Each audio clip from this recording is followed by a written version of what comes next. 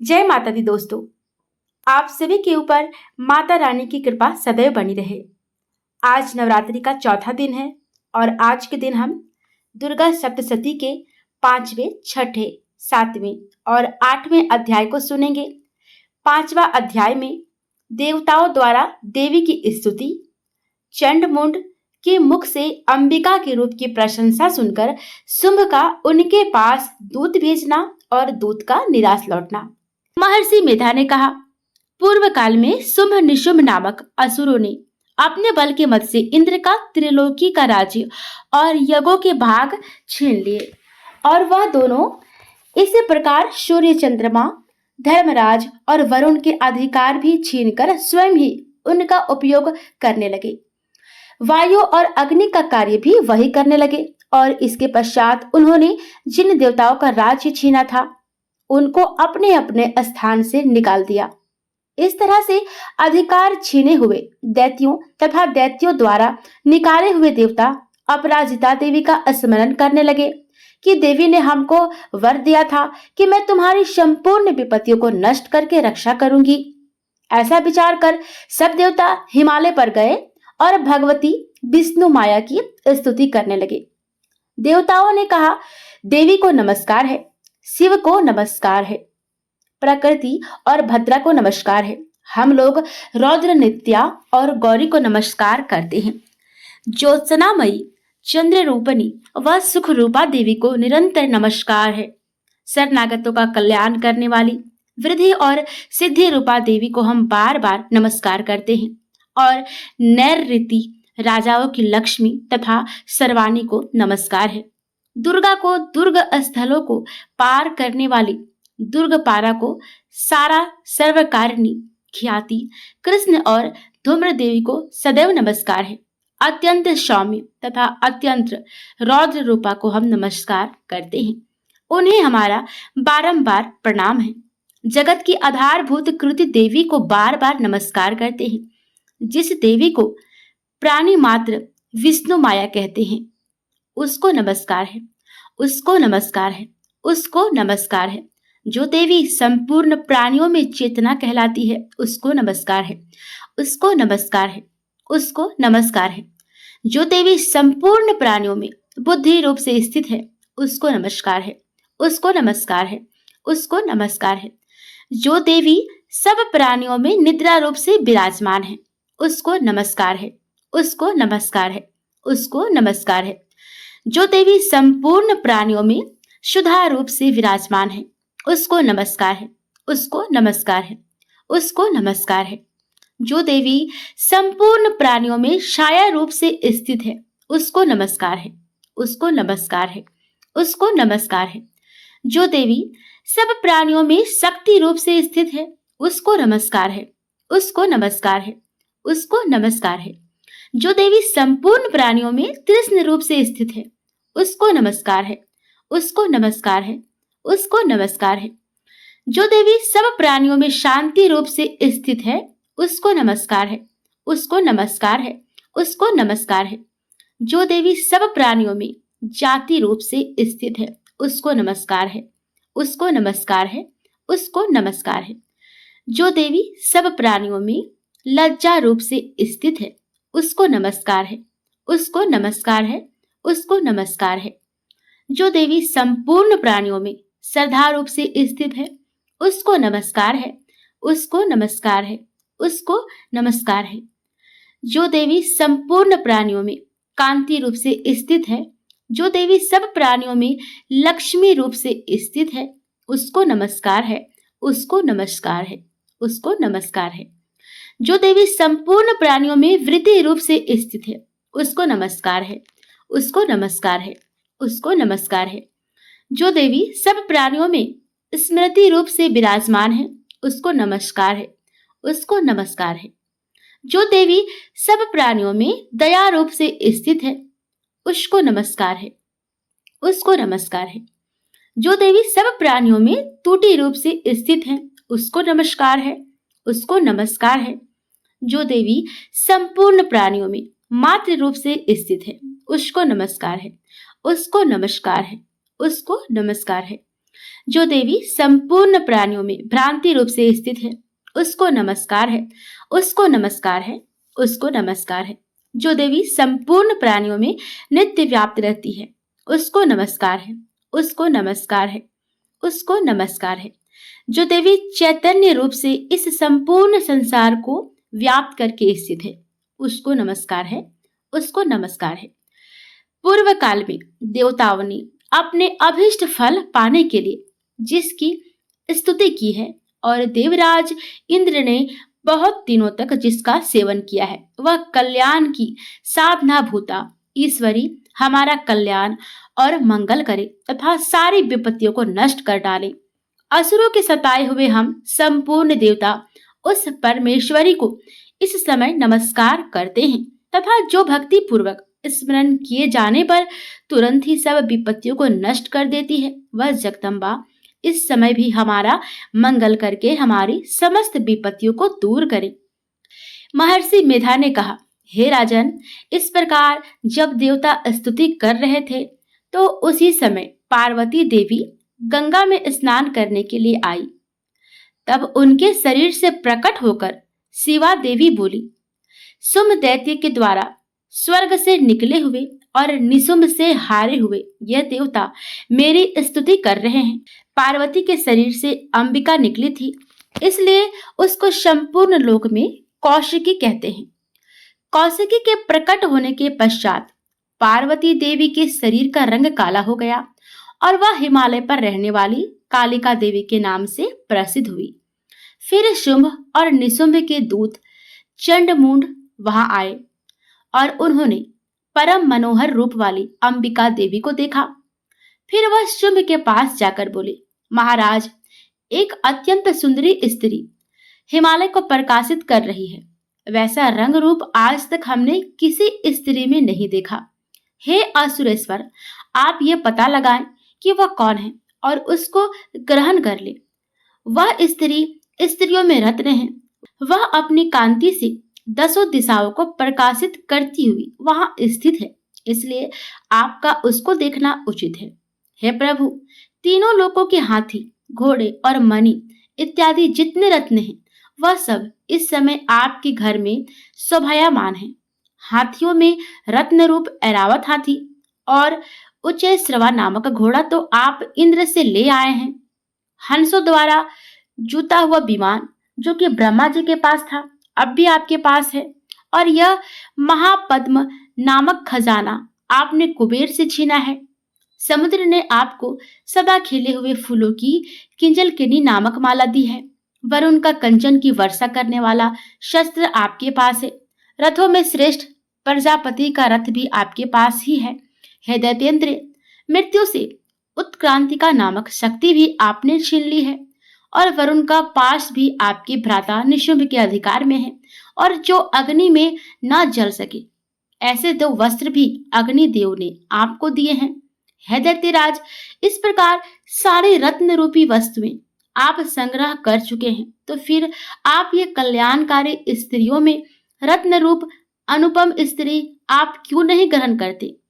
महर्षि मेधा बोले, चंडमुंड का ये वचन सुनकर शुंभ ने विचारा कि सुग्रीव को अपना दूत बनाकर देवी के पास भेजा। प्रथम उसको सब कुछ समझा दिया और कहा कि वहां जाकर तुम उसको अच्छी तरह से समझाना और ये उपाय करना जिससे वह प्रसन्न होकर तुरंत मेरे पास चली आए। भली प्रकार समझाकर कहना। दूत सुग्रीव पर्वत के पास उस रमणीय भाग में पहुंचा जहां देवी रहती थी। दूत ने कहा, हे देवी, दैत्यों का राजा शुंभ जो इस समय तीनों लोगों का स्वामी है, मैं उसका दूत हूँ और यहाँ तुम्हारे पास आया हूँ। संपूर्ण देवता उसकी आज्ञा एक स्वर से मानते हैं। अब जो कुछ उसने कहला भेजा है वह सुनो। उसने कहा है, इस समय संपूर्ण त्रिलोकी मेरे वश में है और संपूर्ण यज्ञों के भाग को पृथक पृथक मैं ही लेता हूँ, और तीनों लोकों में जितने श्रेष्ठ रत्न हैं वह सब मेरे पास है। देवराज इंद्र का वाहन ऐरावत मेरे पास है जो मैंने छीन लिया है। उच्चैश्रवा नामक घोड़ा जो क्षीर सागर मंथन करने से प्रकट हुआ था, उसे देवताओं ने मुझे समर्पित किया है।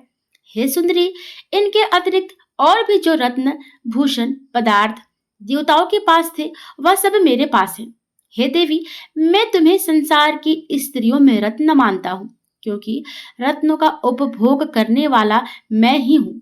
हे चंचल कटाओ वाली सुंदरी, अब ये मैं तुझ पर छोड़ता हूँ कि तू मेरे या मेरे भाई महापराक्रमी निशुंभ की सेवा में आ जाए। यदि तू मुझे वरेगी तो तुझे अतुल महान ऐश्वर्य की प्राप्ति होगी। अतः तुम अपनी बुद्धि से यह विचार कर मेरे पास चली आओ। महर्षि मेधारी ने कहा। दूत के ऐसा कहने पर संपूर्ण जगत का कल्याण करने वाली भगवती दुर्गा मन ही मन मुस्कुराई।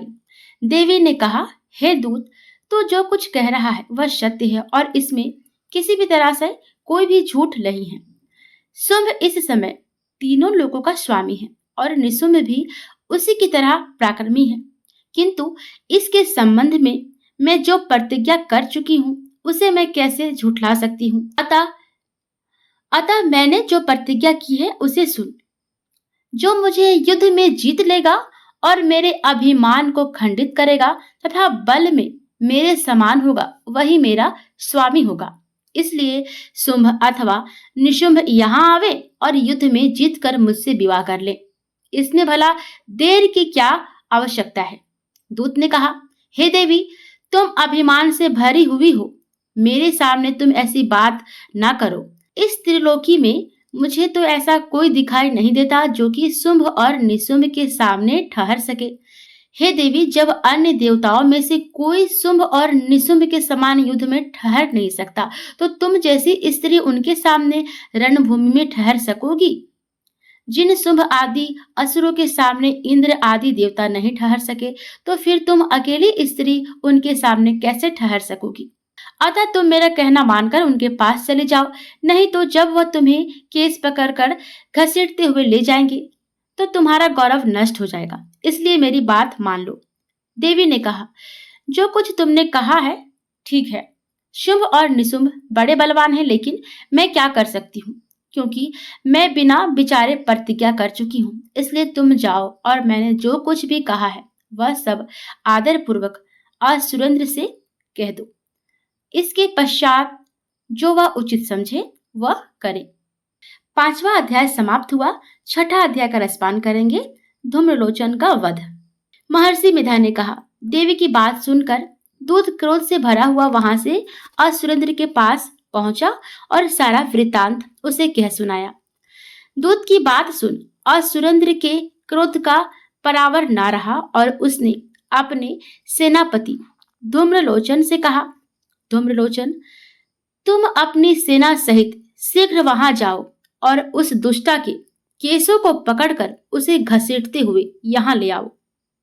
यदि उसकी रक्षा के लिए कोई दूसरा खड़ा हो, चाहे वह देवता, यक्ष अथवा गंधर्व ही क्यों ना हो, उसको तुम अवश्य मार डालना। महर्षि मेधा ने कहा।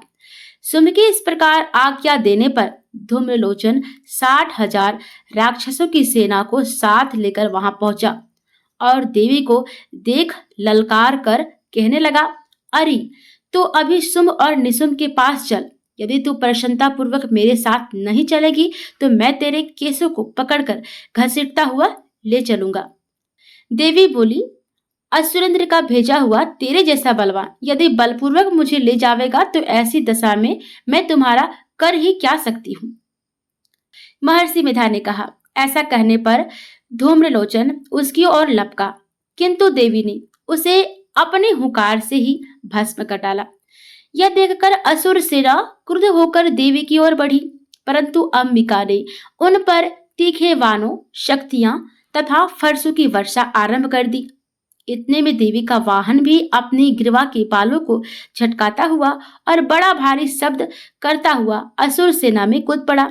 उसने कई असुर अपने पंजों से, कई अपने जबड़ों से और कई को धरती पर पटक कर अपनी दाढ़ों से घायल करके मार डाला।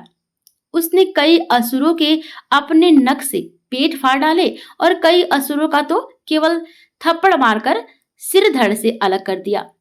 कई असुरों की भुजाएं और सिर तोड़ डाले और गर्दन के बालों को हिलाते हुए उसने कई असुरों को पकड़कर उनके पेट फाड़कर उनका रक्त पी डाला।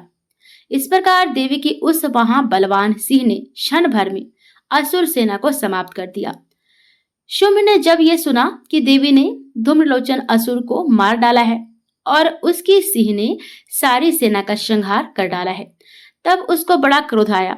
उसके मारे क्रोध के होंठ फड़कने लगे और उसने चंड तथा मुंड नामक महाअसुरों को आज्ञा दी, हे चंड, हे मुंड, तुम अपने साथ एक बड़ी सेना लेकर वहां जाओ और उस देवी के बाल पकड़कर उसे बांधकर तुरंत यहाँ ले आओ। यदि उसको यहाँ लाने में किसी प्रकार का संदेह हो तो अपनी सेना सहित उससे लड़ते हुए उसको मार डालो, और जब वह दुष्टा और उसका सिंह दोनों मर जाए तब भी उसको बांधकर यहाँ ले आना। छठा अध्याय समाप्त हुआ।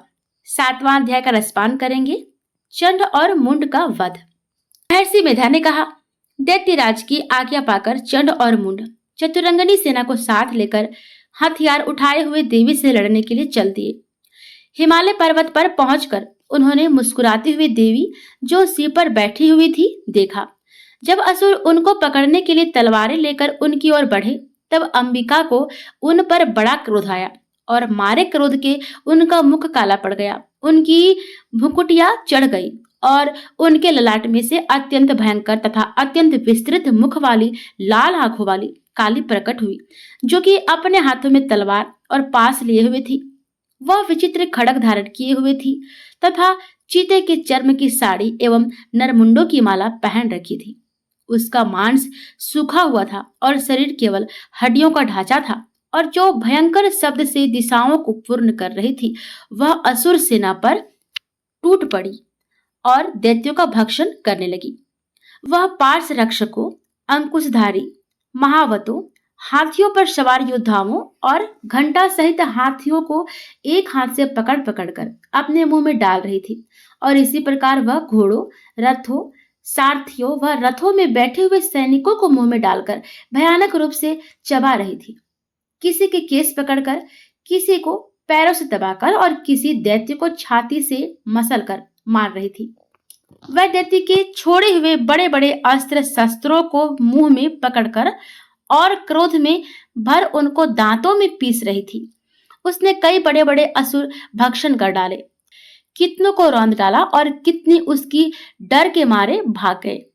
कितनों को उसने तलवार से मार डाला, कितनों को अपने दांतों से समाप्त कर दिया, और इस प्रकार से देवी ने क्षण भर में संपूर्ण दैत्य सेना को नष्ट कर दिया।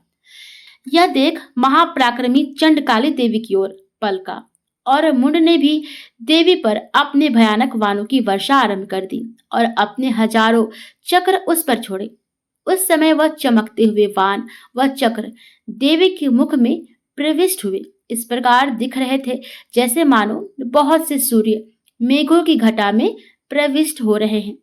इसके पश्चात भयंकर शब्द के साथ काली ने अत्यंत जोश में भरकर विकट अट्टहास किया।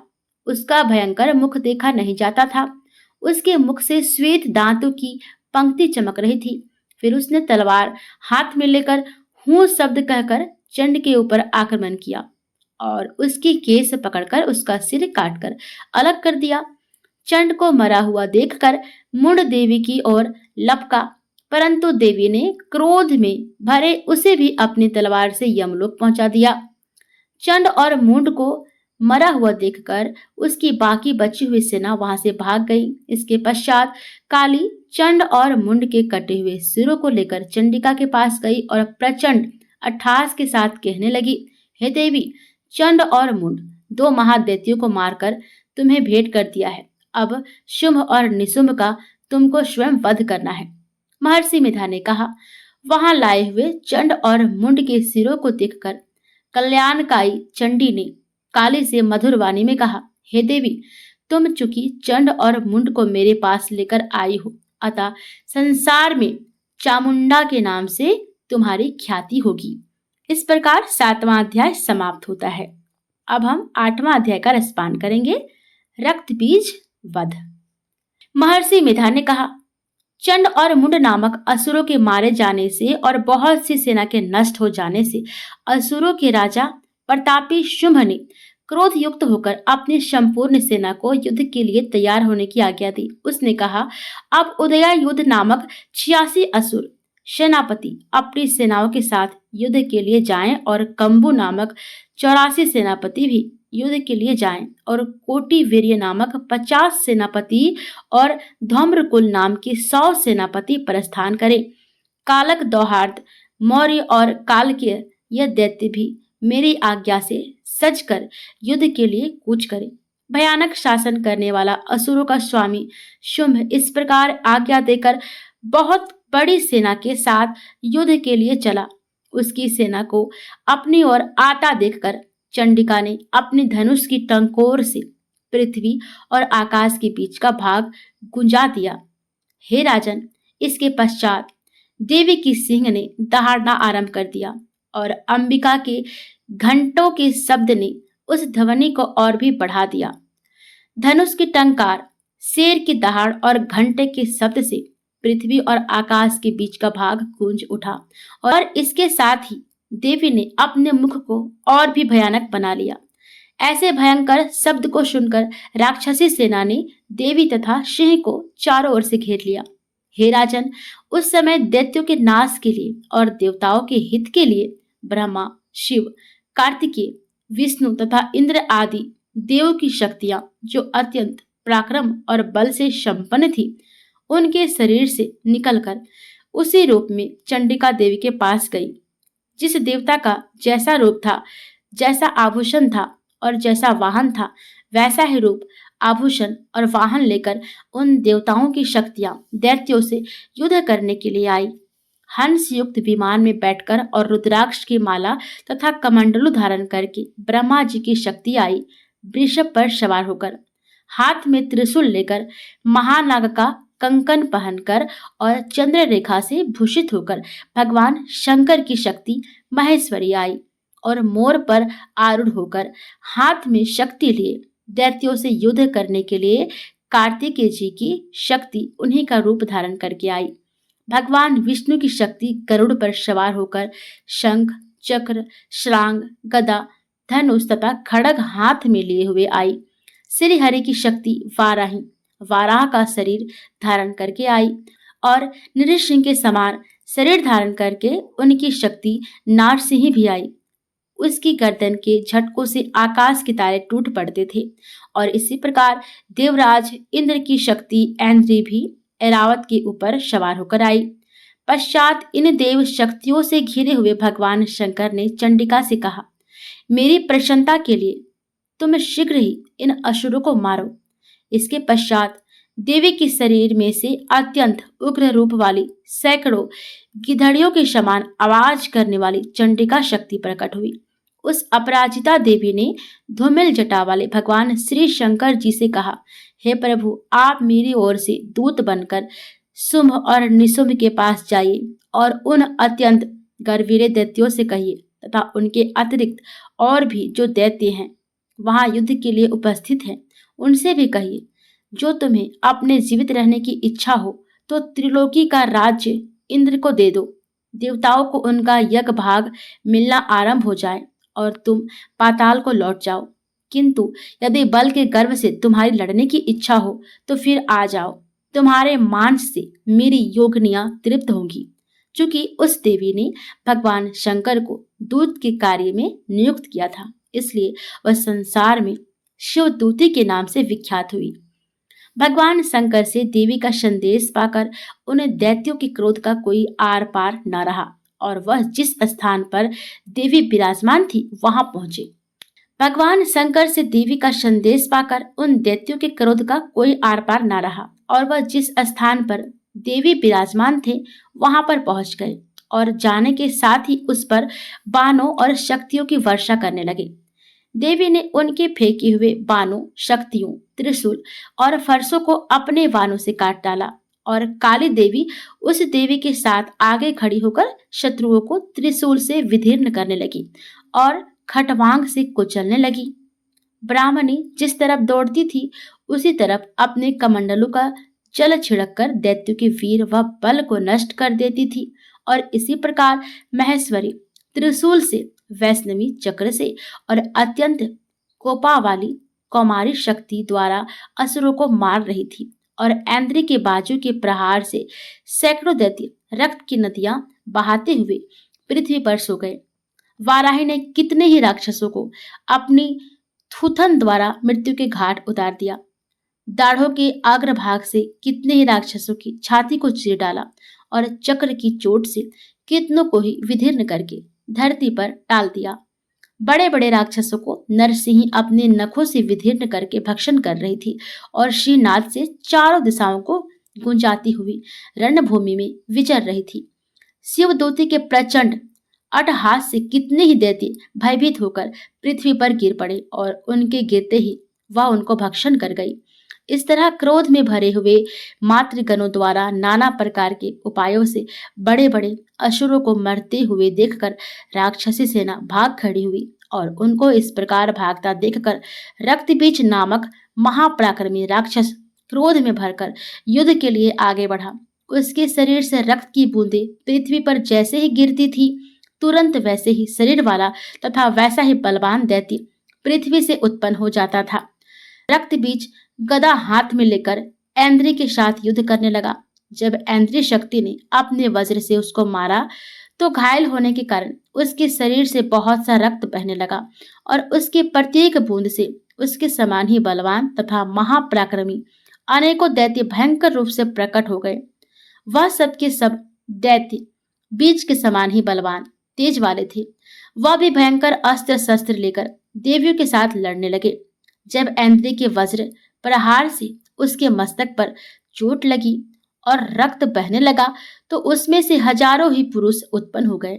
वैष्णवी ने चक्र से और ऐन्द्री ने गदा से रक्त बीज को चोट पहुंचाई और वैष्णवी के चक्र से घायल होने पर उसके शरीर से जो रक्त बहा उससे हजारों महाअसुर उत्पन्न हुए, जिनके द्वारा यह जगत व्याप्त हो गया। कौमारी ने शक्ति से, वाराही ने खड़ग से और महेश्वरी ने त्रिशूल से उसको घायल किया। इस प्रकार क्रोध में भरकर उस महादैत्य ने सब मातृ शक्तियों पर पृथक पृथक गधा से प्रहार किया और माताओं ने शक्ति तथा शूल इत्यादि से उसको बार बार घायल किया। उससे सैकड़ों महादैत्य उत्पन्न हुए और इस प्रकार उस रक्तबीज के रुधिर से उत्पन्न हुए असुरों से संपूर्ण जगत व्याप्त हो गया, जिससे देवताओं को भय हुआ।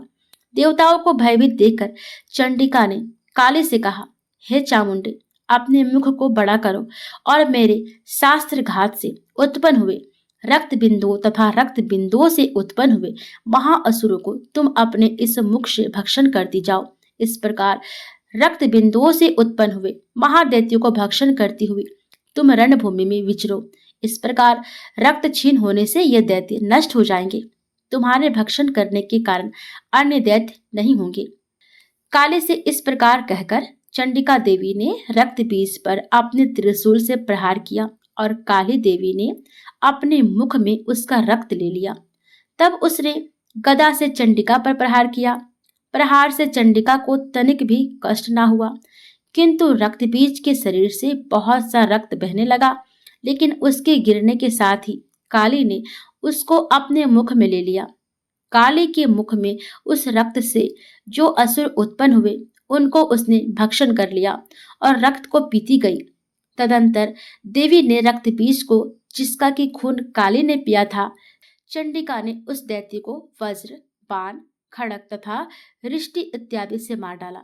हे राजन, अनेक प्रकार के शास्त्रों से मारा हुआ और खून से वंचित वह महादैत्य रक्त बीज पृथ्वी पर गिर पड़ा। हे राजन, उसके गिरने से देवता अत्यंत प्रसन्न हुए और माताएं उन असुरों का रक्त पीने के पश्चात उद्यत होकर नृत्य करने लगी। 8वां अध्याय समाप्त हुआ। नवरात्रि के दौरान हमें दुर्गा सप्तशती का पाठ अवश्य करना चाहिए। अगर आप नहीं कर पाते हैं तो सुनना अवश्य चाहें। सभी पाठ चैनल पर अपलोड हो रही हैं। आप नियम के अनुसार शाम सुबह इन पाठों को अवश्य सुनें। प्रेम से बोलिए माता रानी की जय।